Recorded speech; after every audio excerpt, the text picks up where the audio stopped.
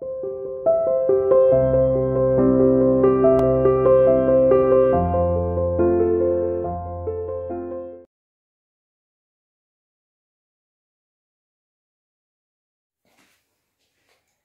Students, CR international online classes में welcome.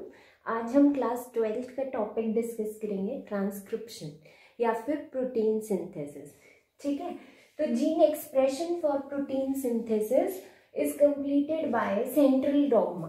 ठीक है, जो एक साइंटिस्ट थे फ्रांसिस क्रिक, उनने हमें दिया था सेंट्रल डॉग्मा का कंसेप्ट। आपको पता है जो न्यूक्लियस होता है, जैसे ये हमारी सेल है, इस सेल के अंदर जो न्यूक्लियस प्रेजेंट होता है उसके अंदर क्रोमेटिन मटेरियल होता है। That chromatin material is made up of DNA. ठीक है, और उस डीएनए से हम आरएनए की फॉर्मेशन करते हैं और उस आरएनए से हम फॉर्मेशन करते हैं प्रोटीन्स की या पॉलीपेप्टाइड चेन की। ठीक है, तो ये पूरा प्रोसेस क्या कहलाता है? Central dogma. आपको पता है proteins are the building block of the body. हमारी बॉडी में जितने भी एंजाइम्स हैं, जितने भी हेयर्स नेल्स के स्ट्रक्चर हैं, these all are made up of proteins. और प्रोटीन किससे बनेगा? डीएनए से बनेगा। ठीक है, तो ये सेंट्रल डॉग्मा फ्रांसिस क्रिक ने हमें बताया था कि किस तरीके से हम डीएनए से प्रोटीन की फॉर्मेशन करते हैं। ठीक है, तो जो the process of कॉपिंग information from one strand of DNA into mRNA is called transcription. तो जो प्रोसेस है जिसकी वजह से हम डीएनए की एक स्ट्रैंड को यूज करके हम प्रोटीन सिंथेसिस करते हैं या एमआरएनए की सिंथेसिस करते हैं। देखो आरएनए बहुत टाइप का है, टीआरएनए है, आरआरएनए है, एमआरएनए है। ठीक है, टीआरएनए है, आरआरएनए है, एमआरएनए है। ठीक है, तो जो वो प्रोसेस है जिससे हम एक स्ट्रैंड ऑफ डीएनए को यूज करके एमआरएनए की फॉर्मेशन करते हैं, उस प्रोसेस को हम क्या बोलते हैं? ट्रांसक्रिप्शन। और उस एमआरएनए की स्ट्रैंड को, ये तीनों टीआरएनए जो है वो हमारे मेन प्रोटीन सिंथेसिस में इन्वॉल्व नहीं होते। RNA is helpful in formation of ribosomes. ठीक है, फिर ये राइबोसोम्स टीआरएनए अमाइनो एसिड लाएंगे और एमआरएनए मेन स्ट्रैंड होता है जिस पे कोड प्रेजेंट होते हैं जो अमाइनो एसिड को कंबाइन करने में हमारी मदद करते हैं। ठीक है, तो जो प्रोसेस है जिसमें हम एक स्ट्रैंड ऑफ डीएनए की कॉपी करके एमआरएनए की फॉर्मेशन करवाते हैं, उस प्रोसेस को हम क्या कहते हैं? ट्रांसक्रिप्शन। ठीक है, और पॉलीपेप्टाइड की फॉर्मेशन करते हैं हम using the information is called as translation. तो जो हमारे पास एमआरएनए पे कोड आए, ठीक है, जो कोड एमआरएनए पे आए उसको हम यूज करके पॉलीपेप्टाइड की या प्रोटीन की फॉर्मेशन करते हैं, तो इस प्रोसेस को हम ट्रांसलेशन कहते हैं। अगर हम पूरे सेंट्रल डॉग्मा को एक सिंगल लाइन में बताना चाहें तो ये हो जाएगा कि डीएनए से ट्रांसक्रिप्शन होगा, फिर बनेगा आरएनए, फिर आरएनए से ट्रांसलेशन होगा और क्या बनेगा? पॉलीपेप्टाइड।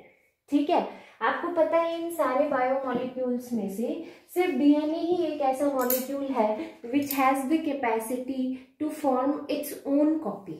अपनी कॉपी बनाने के या रेप्लिकेट करने की कैपेसिटी सिर्फ डीएनए में ही होती है।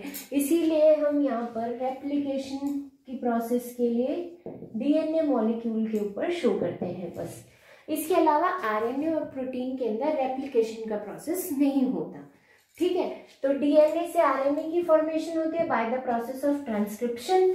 ठीक है, और आरएनए से पॉलीपेप्टाइड की फॉर्मेशन होती है by the process of translation. ये सिस्टम हमने बताया था फ्रांसिस क्रिक ने कि सबसे पहले आरएनए नहीं आएगा, फिर डीएनए नहीं बनेगा, फिर प्रोटीन नहीं बनेगा, सॉरी, सबसे पहले डीएनए बनेगा, डीएनए से आरएनए बनेगा, आरएनए से प्रोटीन बनेगा और इसी सीक्वेंस में चलेगा। ये फ्रांसिस क्रिक ने हमें बताया था। तो आपको यहाँ पे साइंटिस्ट का नाम याद रखना है, फ्रांसिस क्रिक, दूसरा आपको सेंट्रल डॉगमा याद रखना है कि इस कंसेप्ट को हम सेंट्रल डॉगमा कहते हैं। और सेंट्रल डॉगमा के कंसेप्ट में आपको ये याद रखना है कि आरएनए डीएनए के पास कैपेसिटी है खुद को रेप्लिकेट करने की। डीएनए से आरएनए बनेगा by the process of transcription. RNA से पॉलीपेप्टाइड बनेगी by the process of translation. आप यहाँ पर पॉलीपेप्टाइड या आरएनए या अपनी मर्जी से कुछ भी नहीं कर सकते, it is a fixed process. ठीक है, उसके बाद आपको ये याद रखना है, it is the process of कॉपिंग genetic material from the template strand of DNA into RNA. ठीक है, इसके अंदर क्या होता है, जैसे आपको पता है DNA is a double stranded molecule, ये आपका डीएनए है, डबल स्ट्रैंडेड है।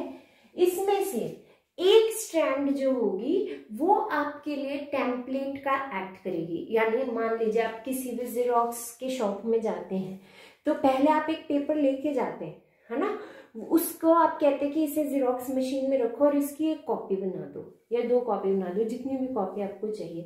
तो जो आपने पेपर दिया, जिसकी इंफॉर्मेशन की आपने कॉपी कराई, that information which act as your copy is your template. वो आपके टेम्पलेट की तरह एक्ट कर रही है। ठीक है, तो डीएनए में जब आप यहाँ पर लाकर कॉम्प्लीमेंट्री बेस पेयरिंग कराओगे, ठीक है, जैसे ये ATGC AT, ठीक है, तो अब आप क्या करोगे, इसे सेपरेट कर लोगे, दोनों स्ट्रैंड्स को ब्रेक करवा दोगे। ठीक है, यहाँ पर आरएनए मॉलिक्यूल्स को ऐड करने लग जाओगे।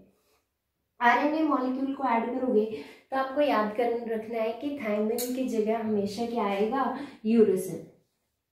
ठीक है, तो ए के साथ कौन पेयर करेगा, यू, और टी के साथ AGC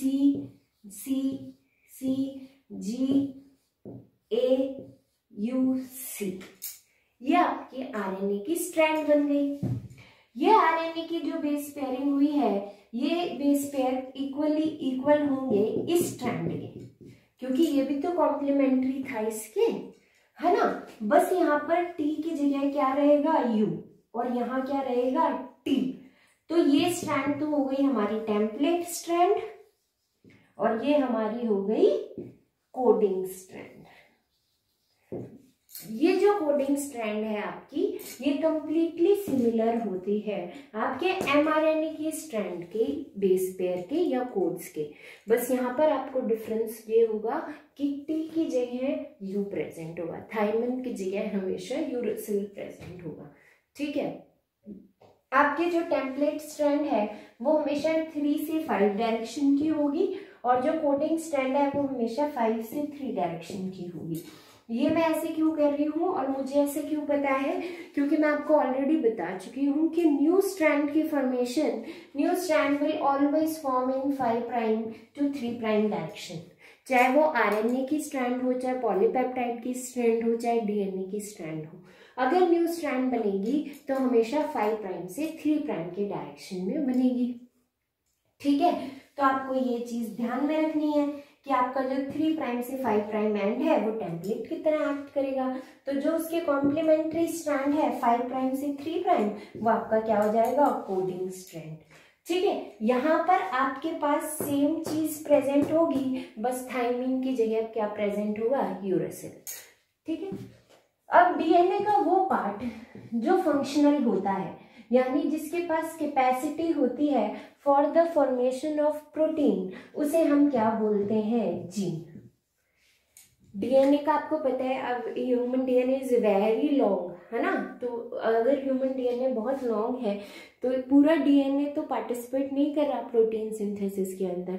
तो जो पार्ट ऑफ डीएनए पार्टिसिपेट कर रहा है या फंक्शनल है, उसे हम क्या बोल देते हैं, जीन।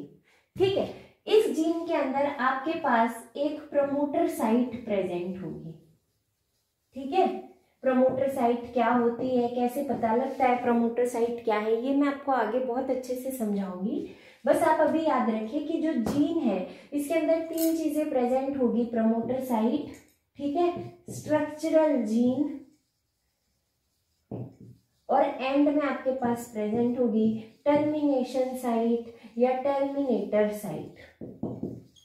ठीक है, और ये तीनों चीजें मिलकर क्या कहलाएगी, ट्रांसक्रिप्शन यूनिट।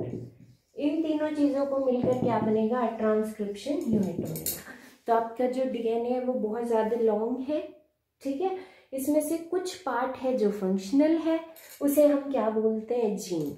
उस जीन के पास कैपेसिटी है प्रोटीन फॉर्मेशन करने की, ठीक है। उसमें हमारे पास 3 साइट प्रेजेंट होगी, एक होगी हमारी प्रमोटर साइट, एक होगी हमारे स्ट्रक्चरल जीन और एक होगी हमारी टर्मिनेटर साइट। इन तीनों साइट को मिलाकर हम क्या बनाते हैं, ट्रांसक्रिप्शन यूनिट बनाते हैं। ट्रांसक्रिप्शन यूनिट में आपको याद रखना है कि 3 चीजें प्रेजेंट होगी, प्रमोटर साइट, स्ट्रक्चरल जीन और टर्मिनेटर साइट। हमें कैसे पता लगेगा कि कौन सी टर्मिनेटर है, कौन सी प्रमोटर है, ये सब आपको आगे डिटेल में समझाया जाएगा।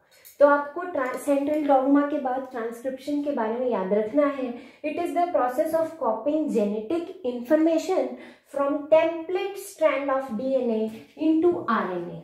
टेम्पलेट स्ट्रैंड क्या होती है वो मैंने आपको बता दिया, the strand which is having 3 prime and 5 prime and is your template strand, ठीक है। तो जो प्रोसेस है कॉपिंग genetic information from template strand of DNA into RNA, वो क्या कहलाता है, ट्रांसक्रिप्शन कहलाता है, ठीक है। यह हमेशा मीडिएटेड होगा by RNA polymerase, it is always mediated by RNA polymerase enzyme, ठीक है, and it always occurs in the nucleus of eukaryotic cell. आपका जो ट्रांसलेशन का प्रोसेस है वो साइटोप्लाज्म में अकर करेगा और आपका जो ट्रांसक्रिप्शन का प्रोसेस है that occurs in the nucleus. Transcription site क्या होती है, ट्रांसक्रिप्शन यूनिट क्या होती है, प्रमोटर साइट, और ये हम आपसे नेक्स्ट लेक्चर में डिस्कस करेंगे। Thank you, read it from the NCERT, thanks a lot.